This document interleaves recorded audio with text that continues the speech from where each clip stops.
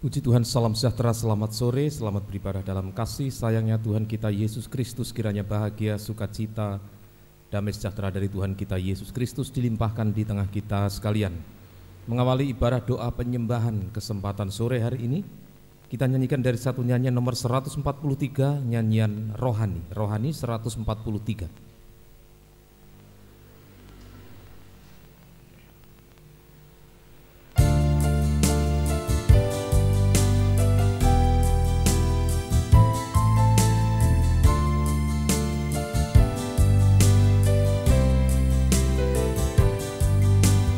Sucikan dan kuduskan hati ini untuk layak menghadap hadirat-Mu. Tubuh jiwa rohku ku serahkan padamu, ku menyembah-Mu. Tinggikan nama-Mu ya Tuhan, mulialah nama-Mu ya Tuhan. Tiada lain seperti Engkau ya Allahku, besar kuasa-Mu.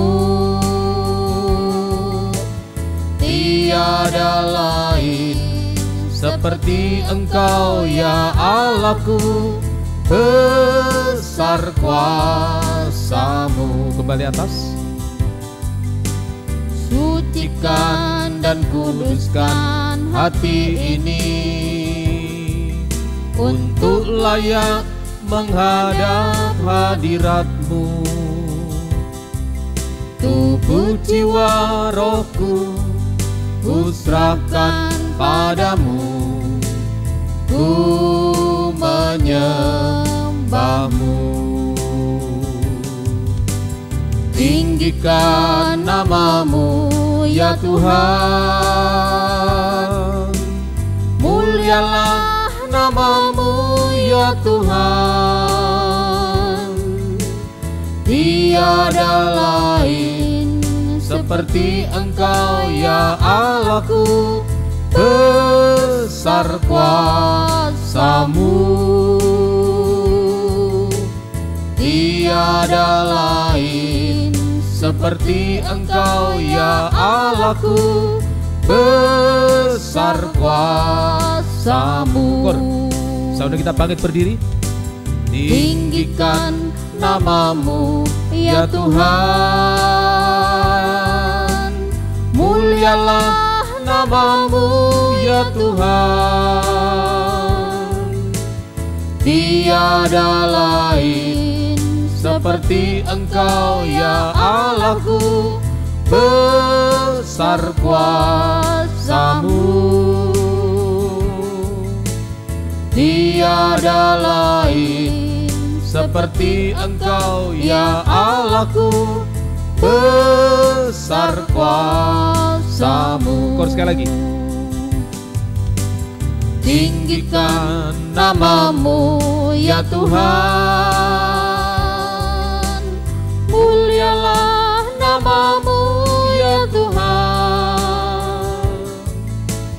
Tiada lain seperti Engkau ya Allahku, besar kuasa-Mu.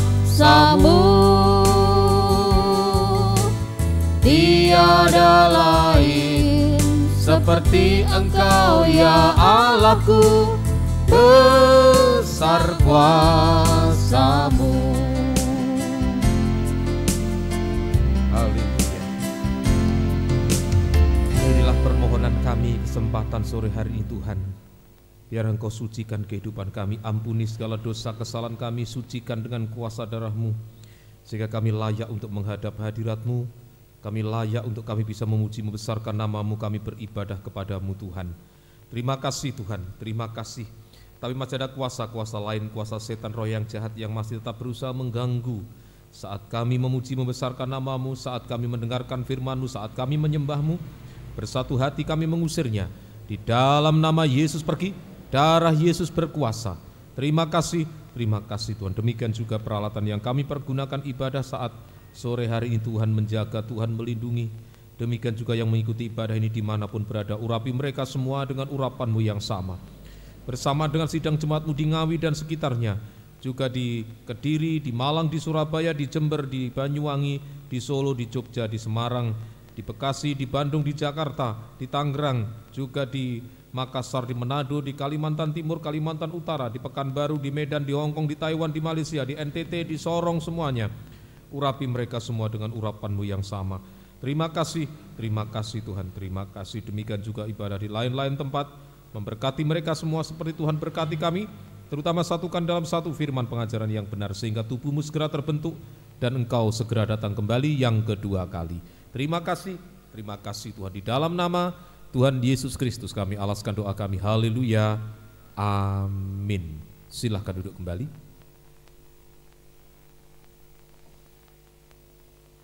Kita lanjutkan satu pujian. Tiap langkahku diatur oleh Tuhan.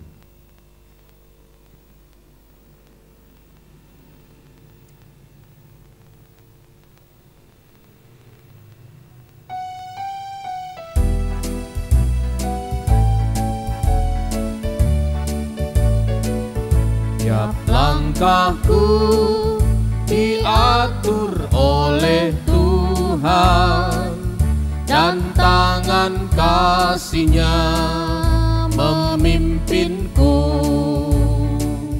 Di tengah badai dunia menakutkan, hatiku tetap tenang teduh. Tiap langkahku, ku tahu Tuhan yang pimpin. Ke tempat tinggiku dihantarnya. Sambil tepuk tangan.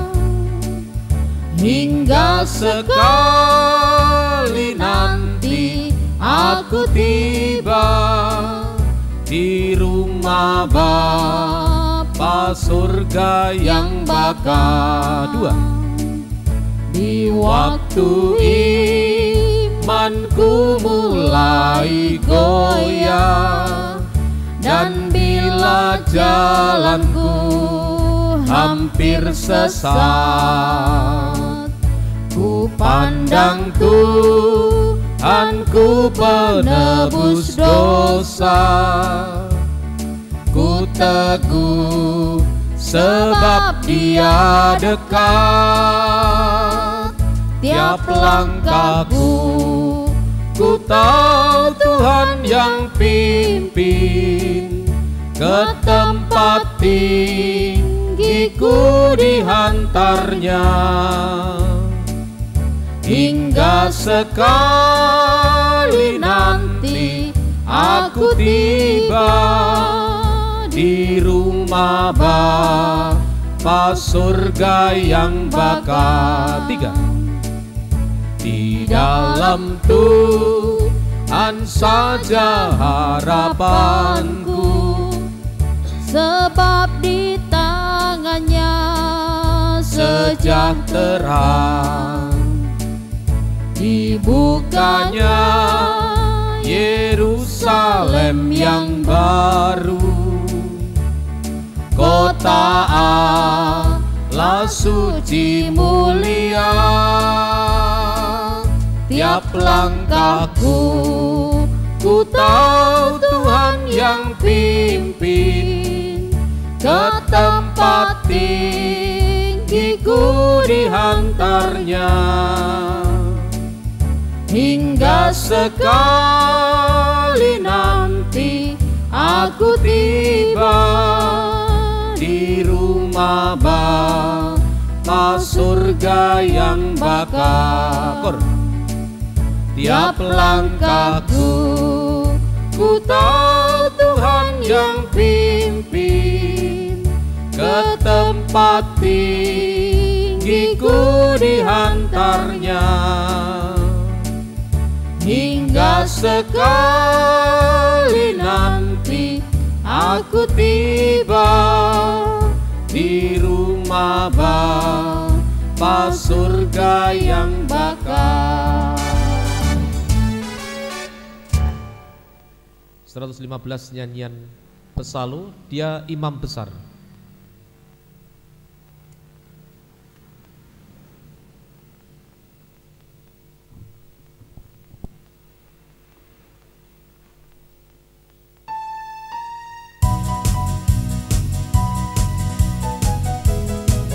Mari kita semua menghampiri Dia, karena darahnya sucikan kita.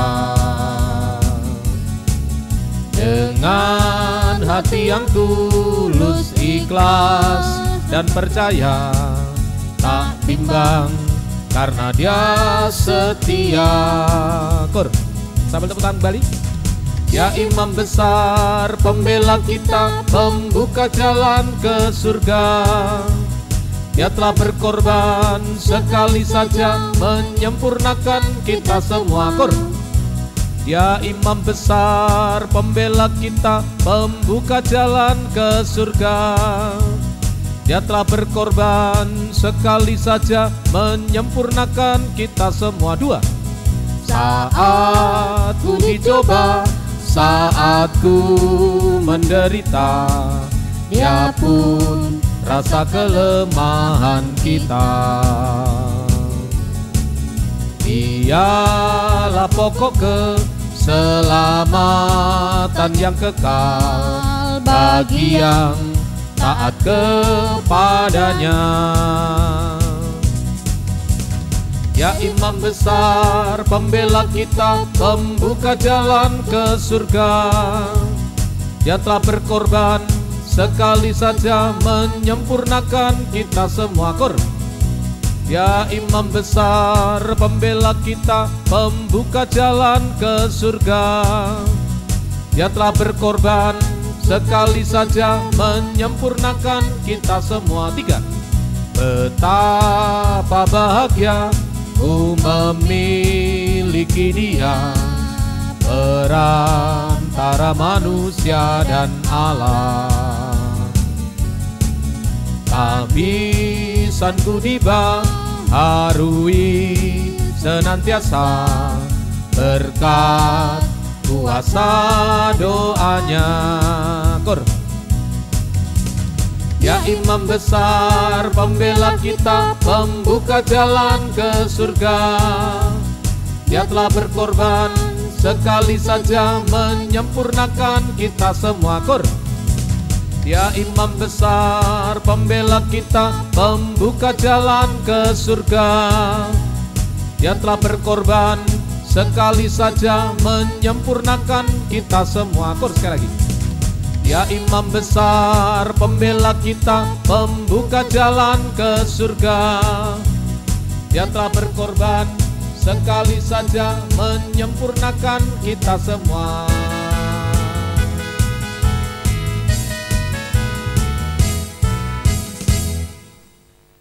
Nomor 100 dari nyanyian pesalu, tingkatkan kasih-Mu.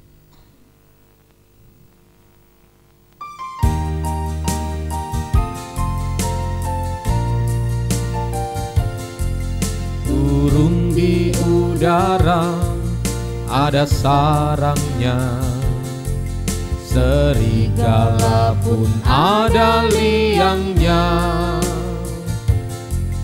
tapi anak manusia tidak ada tempat untuk meletakkan kepalanya. Dia sangat dambakan mempelainya untuk segera menyatu dengannya. Itulah sebabnya mari kita semua bersatu demi wujud tubuhnya. Tingkatkanlah kasih-Mu pada sesama, itulah yang menjadi kehendak-Nya. Sehati sepikir penuh belas kasihan Berdamailah dengan semua orang,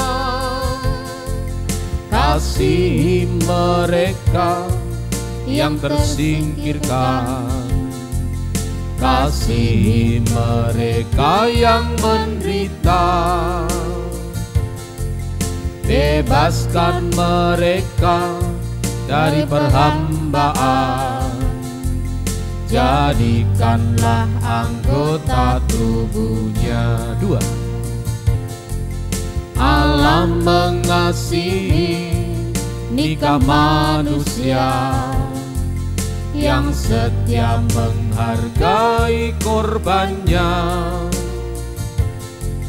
yang tekun bergumul dalam penyucian, tak pertahankan kemanusiaan, selalu memandang teladannya hingga mencapai nikah sempurna. Sebab Allah mencari benih ilahi dari nikah-nikah yang suci. Tingkatkanlah kasihmu pada sesama, itulah yang menjadi kehendaknya.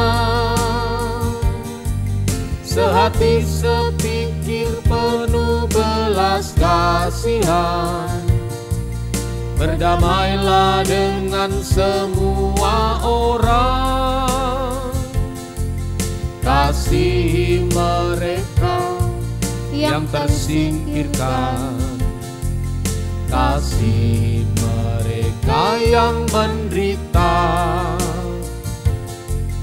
Bebaskan mereka dari perhambaan, jadikanlah anggota tubuhnya. Tingkatkanlah kasihmu pada sesama, itulah yang menjadi kehendaknya. Sehati sepikir penuh belas kasihan, berdamailah dengan semua orang, kasihi mereka yang tersingkirkan, kasihi mereka yang menderita. Bebaskan mereka dari perhambaan, jadikanlah anggota tubuhnya.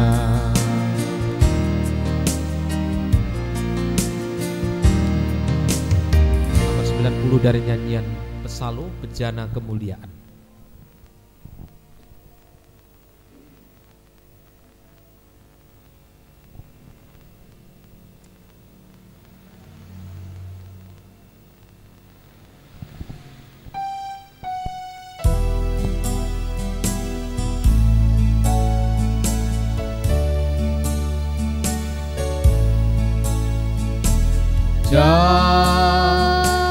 Jadikan ku ya Tuhan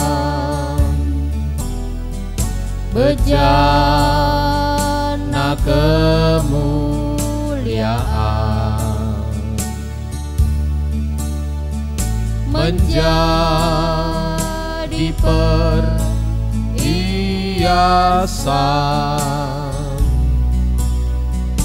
dalam rumah-Mu Tuhan.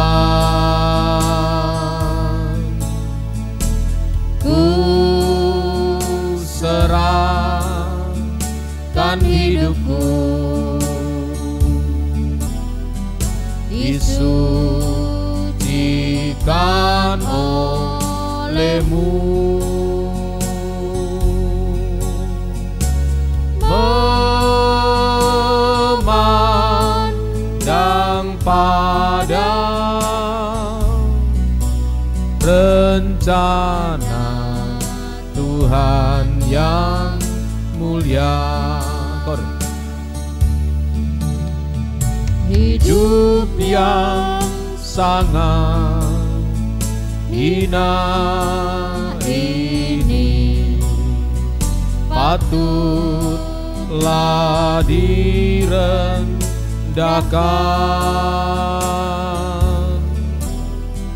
sesuai bentuk teladan ilahi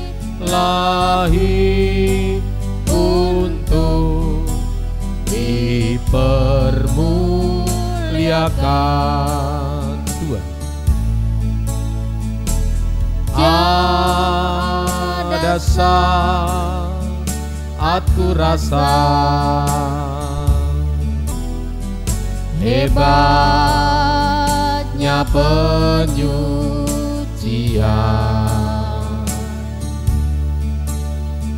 karena kasih-Mu nyata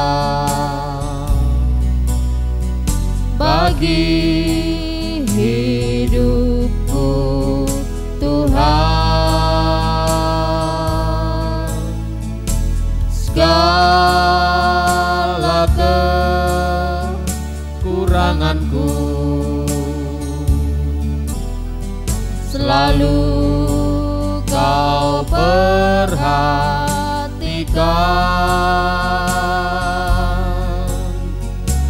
dan lepaskanku dari setiap kecelaan. Ayat yang ketiga, Kau mengenal hidupku. Kau mengenal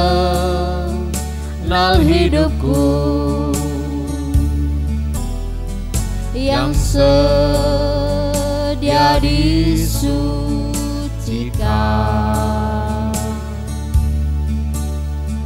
untuk jadi milik-Mu. Itu yang ku rindukan. Jadikan ku ya Tuhan bejana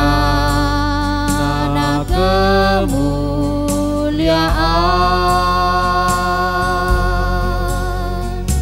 yang digunakan demi mengagungkan Tuhan. Saudara kita bersama bangkit berdiri. Hidup yang sangat hina ini patutlah direndahkan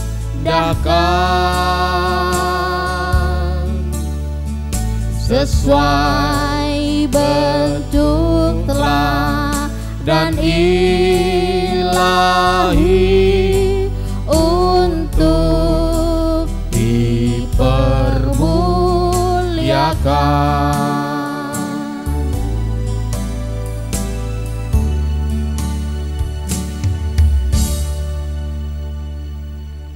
Haleluya. Bahwa kehidupan kami ini Tuhan adalah bejana tanah liat. Tapi jika tanah liat, manusia darah daging ini mau diisi oleh kebenaran firman-Mu Tuhan, maka akan menjadi bejana kemuliaan, kehidupan yang mengalami pembaharuan keubahan hidup sampai menjadi sama mulia dengan Engkau, layak menyambut kedatangan-Mu kembali yang kedua kali di awan-awan yang permai. Terima kasih Tuhan, urapi kami semua dengan urapan-Mu yang suci. Hamba-Mu mampu menyampaikan firman dengan benar, dengan jelas, dengan murni. Sidang jemaat-Mu mampu menerima firman-Mu. Kuasa kegelapan dalam bentuk apapun juga masih tetap berusaha mengganggu. Bersatu hati kami mengusirnya. Di dalam nama Yesus pergi, darah Yesus berkuasa. Terima kasih Tuhan. Demikian juga peralatan yang kami pergunakan ibadah sore ini.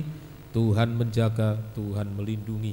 Terima kasih Tuhan. Di dalam nama Tuhan Yesus Kristus kami alaskan doa kami. Haleluya. Amin.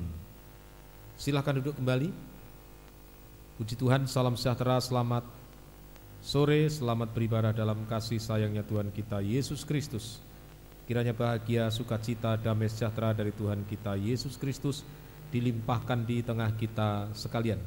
Injil Lukas pasalnya yang ke-12 ayat 45, ayatnya yang ke-46, 45-46. Akan tetapi jikalau hamba itu jahat dan berkata dalam hatinya, Tuanku tidak datang-datang, lalu ia mulai memukul hamba-hamba laki-laki dan hamba-hamba perempuan dan makan minum dan mabuk, maka Tuan hamba itu akan datang pada hari yang tidak disangkakannya dan pada saat yang tidak diketahuinya, dan akan membunuh dia dan membuat dia senasib dengan orang-orang yang tidak setia.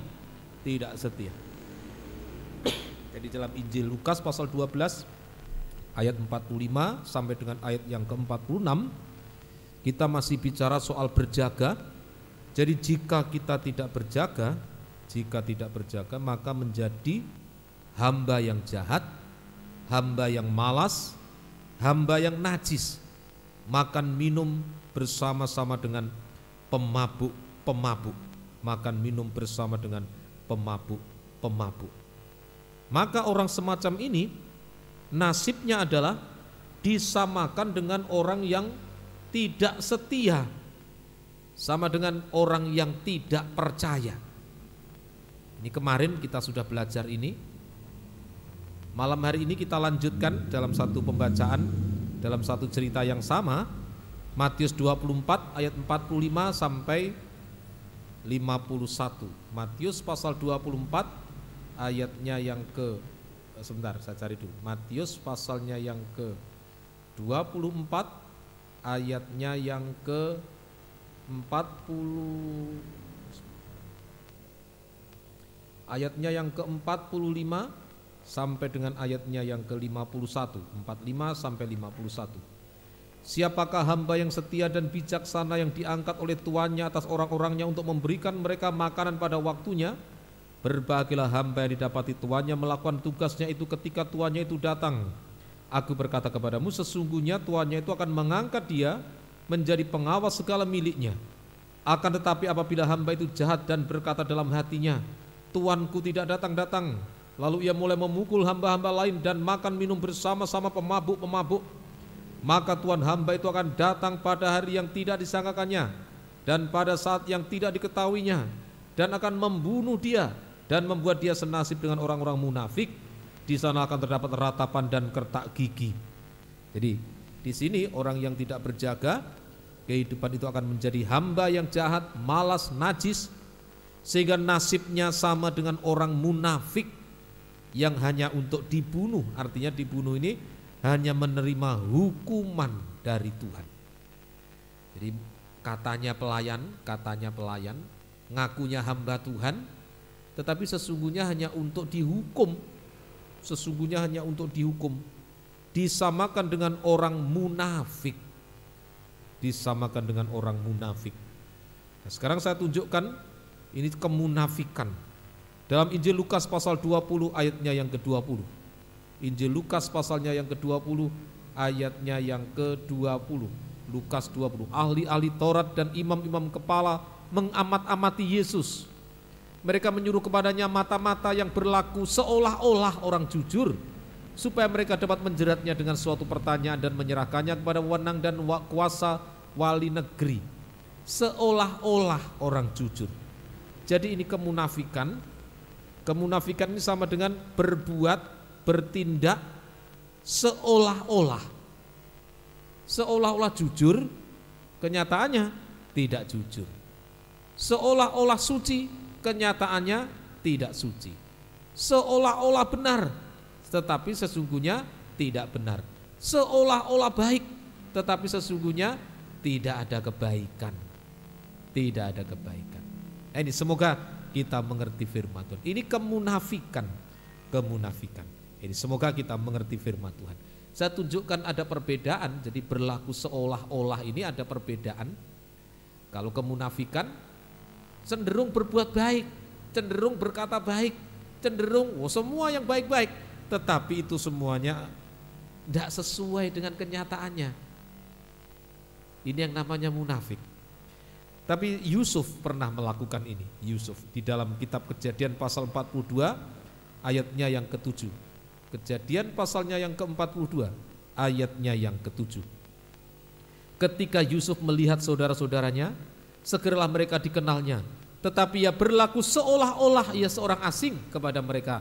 Ia menegur mereka dengan membentak, katanya, "Dari mana kamu?" Jawab mereka, "Dari tanah Kanaan untuk membeli bahan makanan." Waktu lapar-lapar cari makanan, dibentak sama penguasa. Yusuf sudah tahu, tapi Yusuf hanya berlaku seolah-olah. Seolah-olah. Oh, ini saudaraku dulu yang menjual ini. Sudah, aku tak berbuat seperti orang asing dulu. Tetapi sesungguhnya hatinya menangis. Hatinya menangis. Berbeda dengan tadi, seolah-olah baik, seolah-olah wah luar biasa, seolah-olah jujur, seolah-olah benar, seolah-olah suci, seolah-olah firman, sesuai firman. Tetapi sesungguhnya tidak sesuai firman. Ini yang namanya kemunafikan. Ini yang namanya kemunafikan. Ini semoga kita mengerti firman Tuhan. Semoga kita mengerti firman Tuhan. Nah, kemunafikan dalam kemunafikan ini juga muncul, kemunafikan ini muncul dalam dua hal. Yang pertama, hati-hati, ini soal ajaran ini. Soal ajaran bisa kemunafikan, bisa muncul kemunafikan. 1 Timotius 4 ayat 1 sampai dengan ayatnya yang ketiga. 1 Timotius 4 ayat 1 sampai ayat yang ketiga. Tetapi Roh dengan tegas mengatakan bahwa di waktu-waktu kemudian ada orang yang akan murtad, lalu mengikuti roh-roh penyesat dan ajaran setan-setan oleh tipu daya pendusta-pendusta yang hati nuraninya memakai cap mereka. Sampai ayat 2 saja. Jadi oleh tipu daya, istilah tipu daya ini oleh kemunafikan. Oh, karena berlaku seolah-olah sampai tertipu orang. Orang tertipu, hati-hati. Jadi soal ajaran jangan hanya dilihat, wah ini baik, wah ini apa, sesuai firman atau tidak. Sesuai firman atau tidak. Bahayanya kalau tidak sesuai firman, itulah namanya kemunafikan.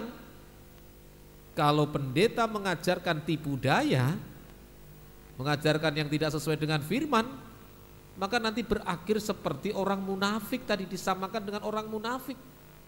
Demikian juga sidang jemaat. Jika sidang jemaat di situ mulai mendengarkan ajaran yang tidak benar, bahkan sampai mempraktekkan, sama menjadi orang yang munafik juga, menjadi orang yang munafik. Ini semoga kita mengerti firman Tuhan. Saya lanjutkan dalam perbuatan. Jadi soal ajaran hati-hati, kemunafikan dalam ajaran ini hati-hati. Tapi yang kedua juga dalam perbuatan, dalam tingkah laku sehari-hari, perkataan sehari-hari, ternyata juga muncul banyak kemunafikan. Matius 23 ayat 25 sampai 30. Matius 23 ayat 25 sampai dengan ayatnya yang ke-30. 30. Celakalah kamu, hei ahli-ahli Taurat dan orang-orang Farisi, hei kamu orang-orang munafik, sebab cawan dan pinggan kamu bersihkan sebelah luarnya, tapi sebelah dalamnya penuh rampasan dan kerakusan. Nah, ini kecenderungannya orang munafik. Yang ditampilkan adalah luar, dalam wah sudah masa bodoh, mau dalamnya hancur-hancuran itu masa bodoh. Yang penting pokok luarnya kelihatan bagus. Ini kemunafikan. Bukan berarti berarti tidak perlu penampilan luar tidak penting. Ya, perlu juga. Jangan sampai hanya yang diutamakan yang di luar sementara dalamnya kacau balau. Dengan orang tampak baik, sopan, ternyata di dalam hatinya kebusukan. Berlaku seolah-olah orang jujur padahal mau menangkap Yesus. Nah begitu. Ayo lanjutkan bacaan ayat 26. Hai orang Farisi yang buta, bersihkanlah dahulu sebelah dalam cawan itu, maka sebelah luarnya juga akan bersih. Jadi kalau dalamnya ini sudah bersih, luarnya pasti bersih. Tidak usah dibuat-buat. Loh bagaimana tidak bisa dibuat-buat? Kalau dalamnya bersih, pasti bersih. Tapi kalau dalamnya belum bersih, dibuat ya nanti pura-pura munafik akhirnya.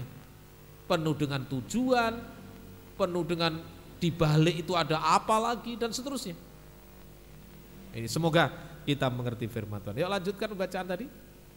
Celakalah kamu, hei ahli-ahli Taurat dan orang-orang Farisi, hei kamu orang-orang munafik, sebab kamu sama seperti kuburan di labur putih, yang sebelah luarnya memang bersih tampaknya, tapi yang sebelah dalamnya penuh tulang belulang dan pelbagai jenis kotoran. Nah ini kemunafikan. Luarnya putih, tapi dalamnya kotoran semuanya ada. Kotoran semuanya ada. Ya lanjutkan, kotoran ini sebelum ya sudah lanjutkan dulu. Demikian jugalah kamu, di sebelah luar kamu tampaknya benar di mata orang, tapi sebelah dalam kamu penuh kemunafikan dan kedurjanaan. Celakalah kamu, hei orang-orang ahli-ahli Taurat dan orang-orang Farisi, hei kamu orang-orang munafik, sebab kamu membangun makam nabi-nabi dan memperindah tugu orang-orang saleh, dan berkata, jika kami hidup di zaman nenek moyang kita, tentulah kami tidak ikut dengan mereka dalam pembunuhan nabi-nabi itu. Nah ini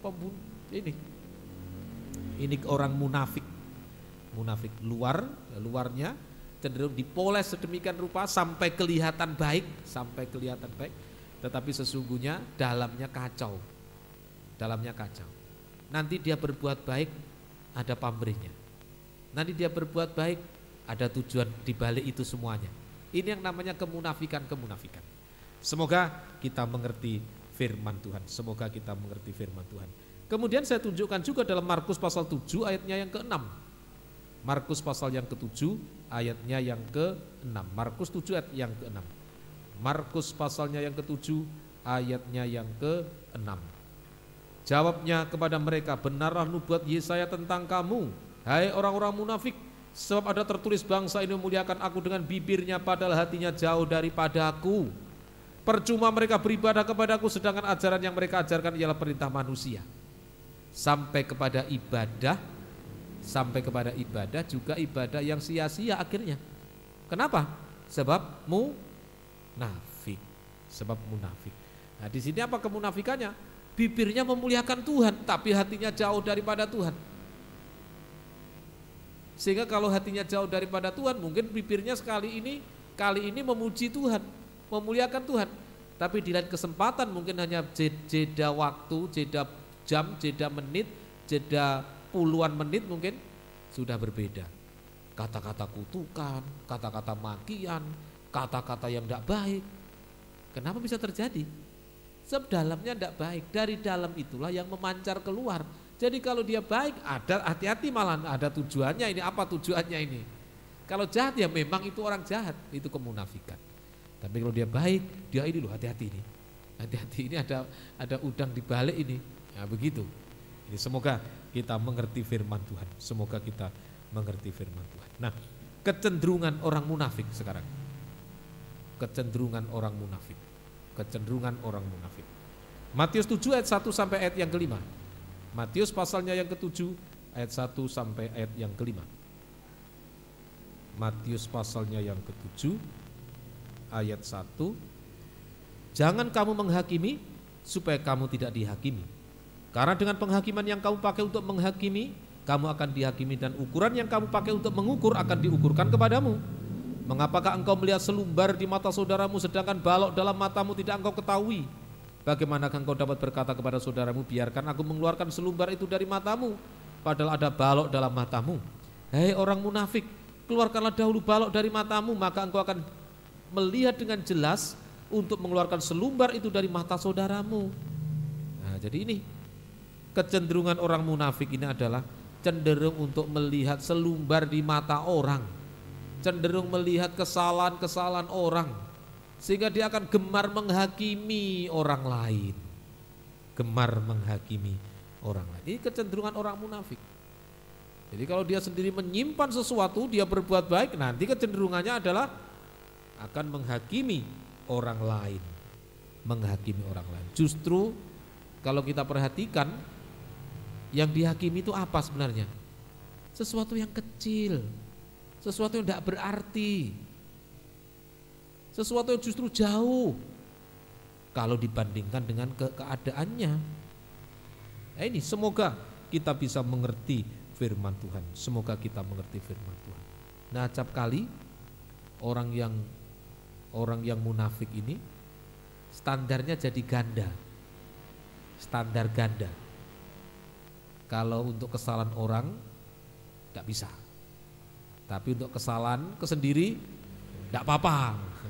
Standar ganda. Kalau jujur adil, kalau dirinya salah ya salah aku ini. Nah, kalau dia berani mengatakan bahwa dia salah begini, lah saat dia begitu juga mengatakan aku juga salah. Itu orang yang tidak standar ganda. Tapi kalau orang standar ganda, saat orang melakukan salah, tapi kalau dirinya melakukan aku benar, ada alasannya, dan seterusnya. Ini standar ganda. Coba satu ayat saya tunjukkan. Lukas 13 10 sampai 15. Lukas pasal 13 10 sampai 15. Lukas pasal 13 ayat 10 sampai 15. Pada suatu kali Yesus sedang mengajar dalam salah satu rumah ibadat pada hari Sabat. Di situ ada seorang perempuan yang telah 18 tahun dirasuk roh sehingga ia sakit sampai bungkuk punggungnya dan tidak dapat berdiri lagi dengan tegak. Ketika Yesus melihat perempuan itu, ia memanggil dia dan berkata kepadanya, "Hei ibu, penyakitmu telah sembuh." Lalu ia meletakkan tangannya atas perempuan itu dan seketika itu juga berdirilah perempuan itu dan memuliakan Allah. Tetapi kepala rumah ibadat gusar karena Yesus menyembuhkan orang pada hari Sabat. Lalu ia berkata kepada orang banyak, "Ada 6 hari untuk bekerja. Karena itu datanglah pada salah satu hari itu untuk disembuhkan dan jangan pada hari Sabat." Tapi Tuhan menjawab dia katanya, "Hei orang-orang munafik, bukankah setiap orang di antaramu melepaskan lembunya atau keledainya pada hari Sabat dari kandangnya dan membawanya ke tempat minuman?" Nah ini, jadi setiap hari Sabat lembu ini semuanya binatangnya dibawa ke tempat minuman. Tapi begitu melihat bahwa orang yang dirasuk roh ini sampai bungkuk punggungnya ini disembuhkan pada hari Sabat, tidak terima. Nah ini, loh, kamu sendiri hari Sabat nuntun orang, nuntun lembu, nuntun sapi, nuntun ini. Tapi begitu Yesus menyembuhkan orang pada hari Sabat, tidak terima.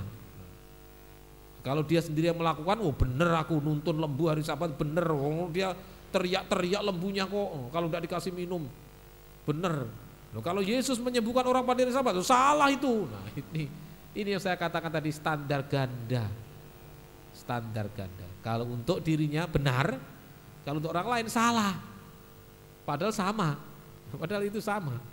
Nah ini hati-hati, jangan menjadi orang yang munafik. Sebab kalau menjadi orang munafik nanti kelanjutannya juga mendapat hukuman sampai tadi dibunuh, itu hukuman kekal. Ya semoga kita bisa mengerti firman Tuhan. Lalu sekarang pertanyaannya, bagaimana supaya tidak munafik? 1 Petrus 1 ayat 22. 1 Petrus 1 ayatnya yang ke-22.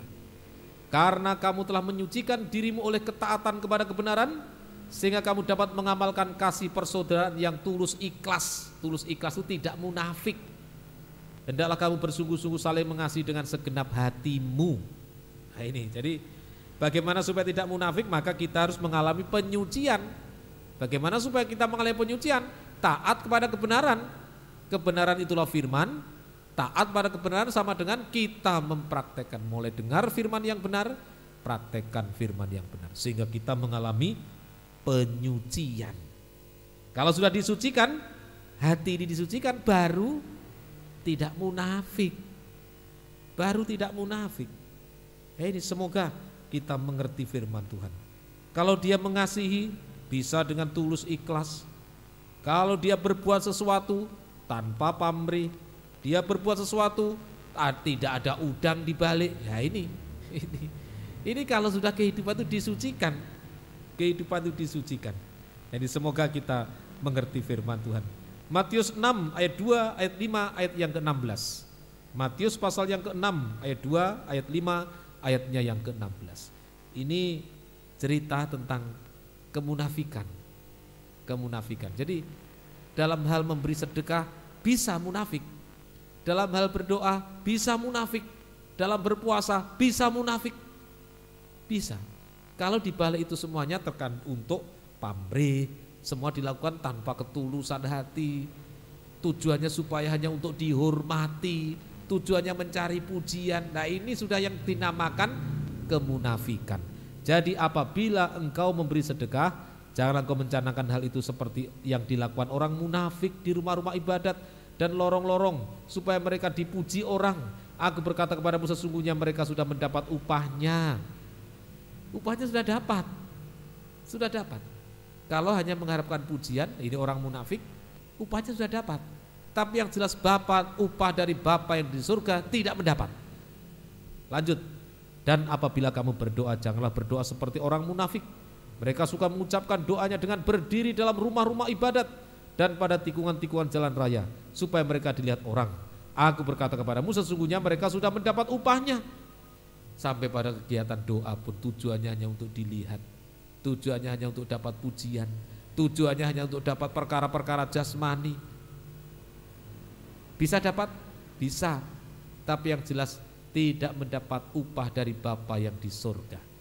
Dan apabila kamu berpuasa, janganlah muram mukamu seperti orang munafik. Mereka mengubah air mukanya supaya orang melihat bahwa mereka sedang berpuasa. Aku berkata kepadamu, sesungguhnya mereka sudah mendapat upahnya. Mendapat upahnya. Berpuasa, dikelihatan-kelihatankan. Bagaimana kira-kira wajahnya orang puasa itu? Nanti apa sedikit ditegur. Ada orang anak kecil bawa es krim lewat. Jangan gitu, aku puasa. Lo ngapain memangnya? Biar orang bawa es krim. Kenapa? Kok kita tegur? Lo kalau kita tidak mau lihat anak kecil bawa es krim, ya berpuasa di tengah hutan. Nanti lihat harimau makan, jangan-jangan negor harimaunya juga. Jangan makan di situ. Itu jangan, bukan halangannya yang harus disingkirkan. Bukan halangannya harus disingkirkan. Ya sudah, kalau memang niat puasa, aku mau puasa, ya puasa. Puasa. Ya orang mau apa ya terserah. Mau yang niat kita. Yang niat kita, bukan orang lain, yang niat itu kita. Ini. Tapi kalau puasa tadi tujuannya hanya supaya dilihat orang, ternyata rajin puasa ya om itu. Sudah. Makanya kalau puasa ya jangan dikelihatan-kelihatankan. Bagaimana lah ada sesuatu, kecuali ditawari makan ya harus ngaku. Kalau begitu, om makan dulu om. Masa om? Enggak. Ya mohon maaf hari ini puasa. Ya sudah tahu. Kecuali ditawari makan. Kalau hanya soal jalan. Kalau pas berpuasa jalannya kayak macan luwe, harimau yang kelaparan. Pelan sekali. Orang tahu, dia sedang puasa dia. Tahu. Apa betul ya? Dulu waktu SD diajari bahasa daerah dulu. Jalannya seperti apa itu. Melakukannya seperti apa jalan. Kalau tidak salah seperti macan luwe. Tapi kalau tidak salah ya, mohon maaf kalau salah. Mohon maaf sungguh kalau salah. Nah itu, sudah dipelan-pelankan. Pelan-pelankan, nanti lihat orang pun dilihat apa enggak. Ya orang tahu kalau puasa. Orang tahu kalau puasa. Ya, jadi tujuannya bukan untuk itu. Bukan untuk supaya dipuji. Kalau tujuannya supaya dipuji, ini sama dengan orang munafik. Dapat pujian? Dapat. Tapi yang jelas tidak mendapat upah dari Bapa yang di surga. Tapi kalau tidak munafik, dilakukan dengan tanpa kemunafikan. Kita mengalami penyucian yang kita lakukan tanpa kemunafikan, maka hasilnya adalah Bapa yang di surga yang membalas. Bapa yang di surga yang membalas. Ini semoga kita mengerti firman Tuhan. Apa balasan Bapa yang di surga ini? Bapa memelihara. Bapa memelihara. Nah ini dan seterusnya. Jadi kalau Bapa memelihara, Bapa di surga memelihara. Ya pemeliharaan sungguh-sungguh. Sungguh-sungguh pemeliharaan. Baik jasmani terpelihara, rohani terpelihara, sampai kesempurnaan. Sampai kesempurnaan. Karena kita ikuti kehendak Bapa, sampai kita mencapai kesempurnaan, menjadi sama mulia dengan Yesus. Kita layak menyambut kedatangannya kembali yang kedua kali di awan-awan yang permai. Ayat terakhir Matius pasal 5. Matius pasalnya yang kelima. Ayatnya yang ke-40. Matius pasalnya yang kelima. Sebentar. Ayatnya yang ke-48. Matius 5 ayatnya yang ke-48. Karena itu haruslah kamu sempurna sama seperti Bapamu yang di surga adalah sempurna. Sampai kita disempurnakan, dipelihara jasmani rohani sampai kita disempurnakan, layak untuk menyambut kedatangan Tuhan kembali yang kedua kali di awan-awan yang permai. Yuk malam hari ini jangan ada yang tetap dalam kemunafikan. Sebab kalau munafik hanya terakhir dibunuh, dihukum selama-lamanya. Ya berjaga. Kita mengalami penyucian, dengar firman, praktekkan penyucian hati sehingga kita tidak ada kemunafikan. Tulus ikhlas, mengasihi, tulus ikhlas. Kebenaran semuanya. Tuhan memberkati kita semuanya. Satu pujian 203 dari nyanyian rohani.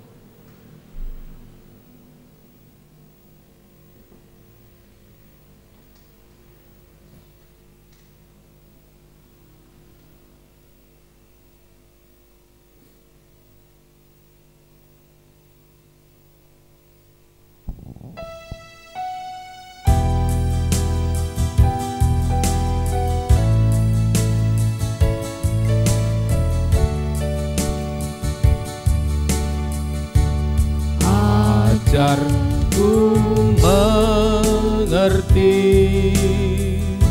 segala rencanamu,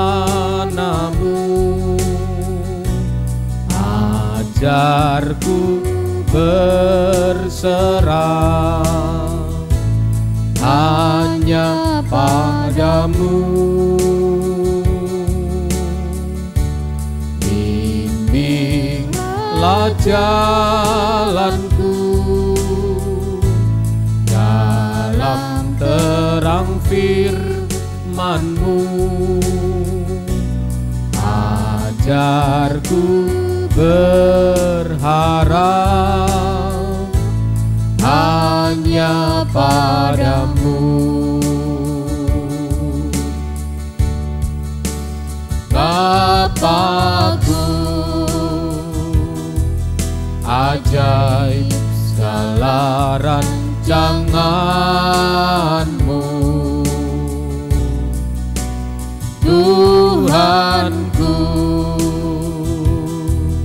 heran perbuatan-Mu. Engkau sanggup mengadakan segala yang ku perlukan menurut kehendak-Mu. Terjadilah Dengan sambil kita berlutut.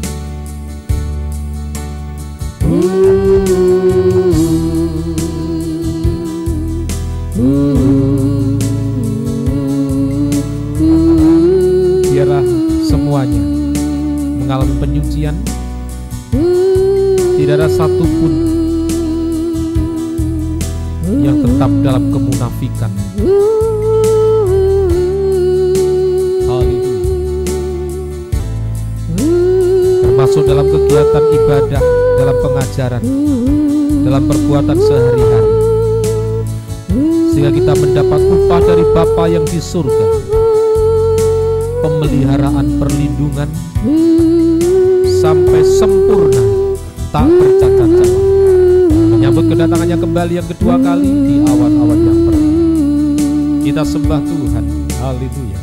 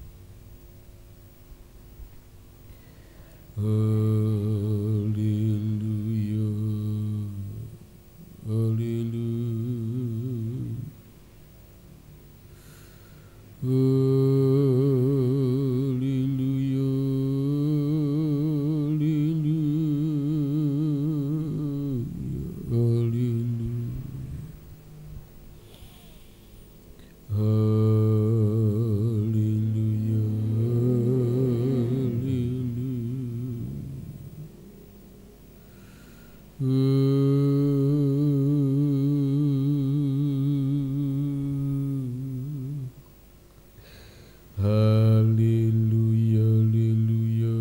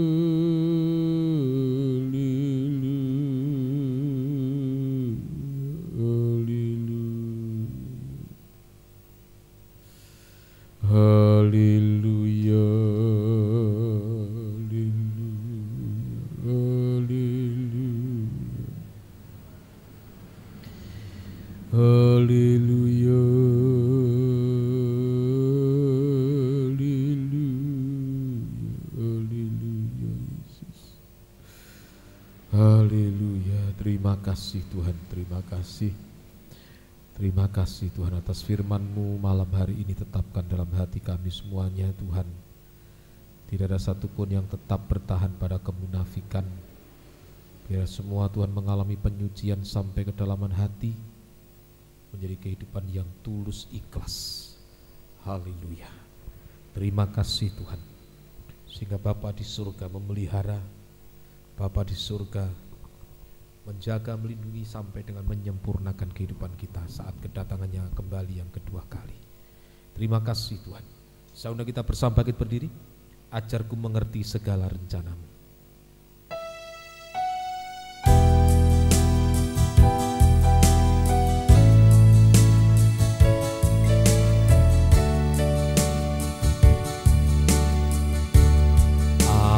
Ajarku mengerti segala rencana-Mu, ajarku berserah hanya padamu, bimbinglah jalanku dalam terang firman-Mu, ajarku berharap hanya padamu. Bapakku, ajaib segala rancangan-Mu,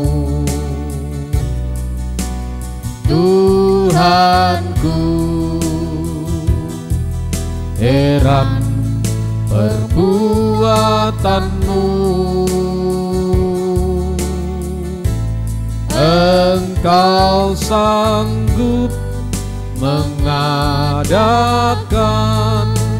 segala yang ku perlukan menurut kehendak-Mu. Terjadilah. Engkau sanggup mengadakan. Engkau sanggup mengadakan segala yang ku perlukan menurut kehendak-Mu. Terjadilah. Dengan sekali lagi.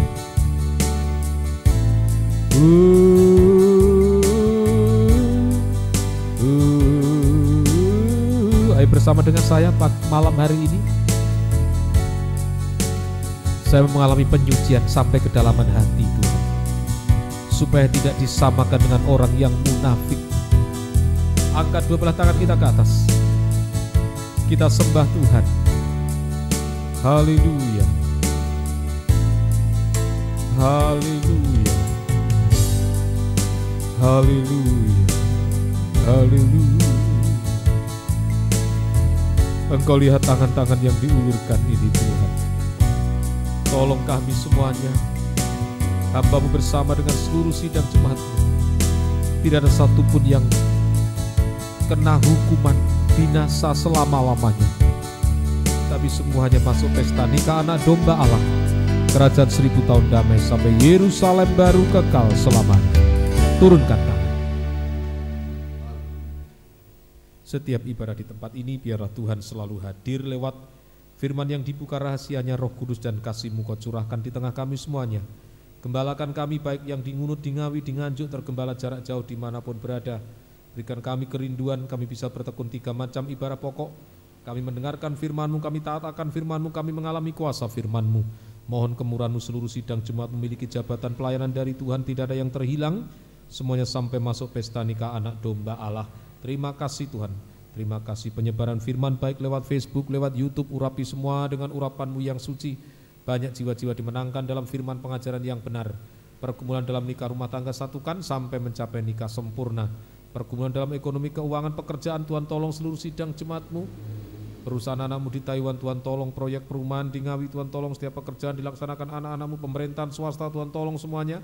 Sebagai tenaga pengajar, tenaga kesehatan, sebagai lawyer, sebagai dokter dalam bidang perdagangan, pertokoan, pertanian, peternakan, perkebunan, pertambangan, jasa jahit, sewa menyewa mobil, bengkel, servis AC, jual beli mobil, mebel, kuliner, makanan cepat saji, kue-kue, sambal pecel, madu, kos-kosan, asuransi, perbankan, keuangan, asisten rumah tangga, karyawan perusahaan, karyawan lapangan, pemborong, bangunan, pengembang, sales, pelaut, fashion, depot, handicraft.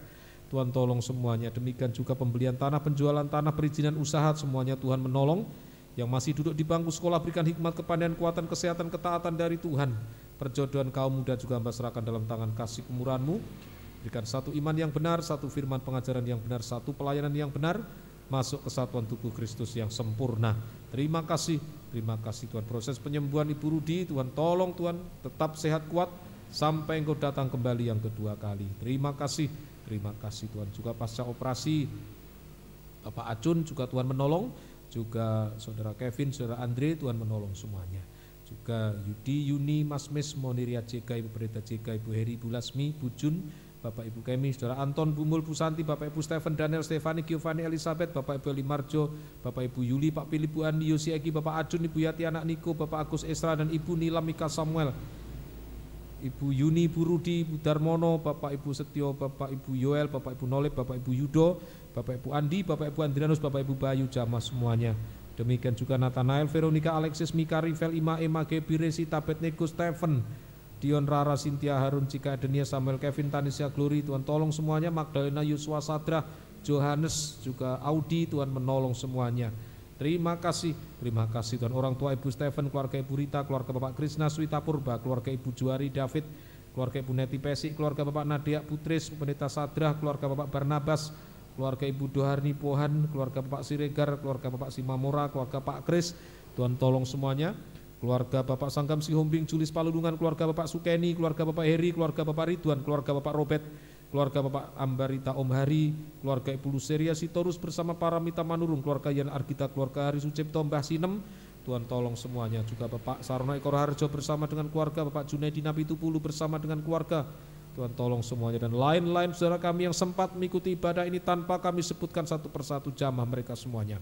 Kuasa kegelapan dalam bentuk sakit penyakit mengganggu, bersatu hati kami mengusirnya. Di dalam nama Yesus pergi, darah Yesus berkuasa. Oleh bilur-bilur-Mu kami semuanya sudah disembuhkan, kami disehatkan, dikuatkan, tetap bisa beribadah melayani-Mu sampai Engkau datang kembali yang kedua kali. Terima kasih Tuhan. Demikian juga Tuhan bangsa dan negara kami, Tuhan menjaga, melindungi, memberkati. Bapak Presiden bersama staf sampai di bawah RT RW semuanya, Tuhan tolong, Tuhan memberkati. Tetangga kanan kiri depan belakang semuanya juga Tuhan tolong, Tuhan memberkati. Terima kasih Tuhan. Terima kasih perjalanan juga Tuhan. Terima kasih Tuhan. Terima kasih perjalanan hamba-Mu juga kembali, Tuhan tolong semuanya. Sidang jemaat-Mu Tuhan juga Tuhan tolong semuanya. Terima kasih Tuhan. Terima kasih.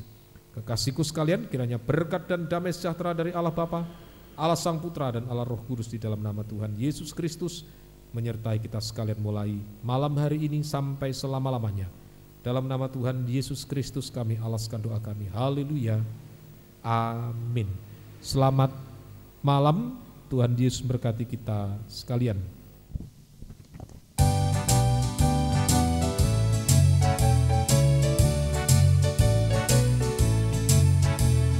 Jangan takut dan jangan bimbang ragu. Langkahkan kaki dengan penuh kepastian. Ya Tuhan selalu setia menyertai-Mu.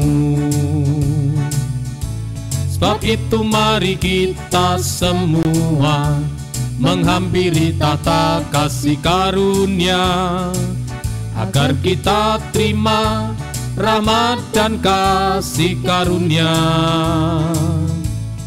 dan kita mendapatkan pertolongan yang ajaib, pertolongan dari Dia pada waktunya. Tuhan selalu menolong tepat pada waktunya, tak terlalu cepat maupun lambat. Sabarlah dan tekunlah untuk selalu menunggu pertolongan Tuhan pasti terjadi.